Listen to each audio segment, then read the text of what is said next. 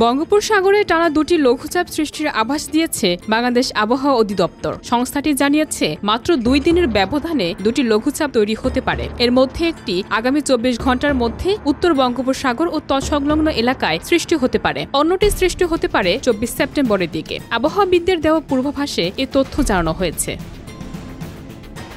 আবহাওয়া অফিস বলছে, লঘুচাপের প্রভাবে 22 সেপ্টেম্বর সন্ধ্যা পর্যন্ত ঢাকাসহ খুলনা, বরিশাল, চট্টগ্রাম ও সিলেট বিভাগের অনেক জায়গায় দমকা হাওয়া সহ হালকা থেকে মাঝারি বৃষ্টি হতে পারে। এছাড়া রংপুর, রাজশাহী ও ময়মনসিংহ বিভাগের কিছু কিছু জায়গায়ও বজ্রসহ বৃষ্টিপাতের সম্ভাবনা রয়েছে। একই সঙ্গে কোথাও কোথাও মাঝারি ধরনের ভারী থেকে ভারী বর্ষণ হতে পারে। সারা দেশে দিনের তাপমাত্রা সামান্য কমলেও রাতের তাপমাত্রা উল্লেখযোগ্য পরিবর্তন হবে না।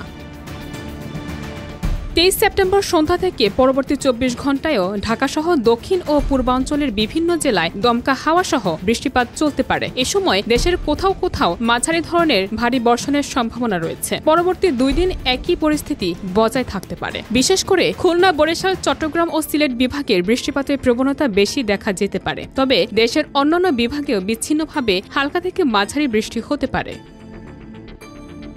এদিকে বৃষ্টিপাত অব্যাহত থাকলে রাজধানী সহ নগরাঞ্চলে জলাবদ্ধতার ঝুঁকি তৈরি হতে পারে। বিশেষজ্ঞদের মতে, বঙ্গোপসাগরে সৃষ্ট লঘুচাপ ঘনীভূত হলে তা বড় ধরনের আবহাওয়ার পরিবর্তন ঘটাতে পারে। তাই এ সময় জনগণকে সতর্ক থাকার পরামর্শ দিয়েছে আবহাওয়া অধিদপ্তর।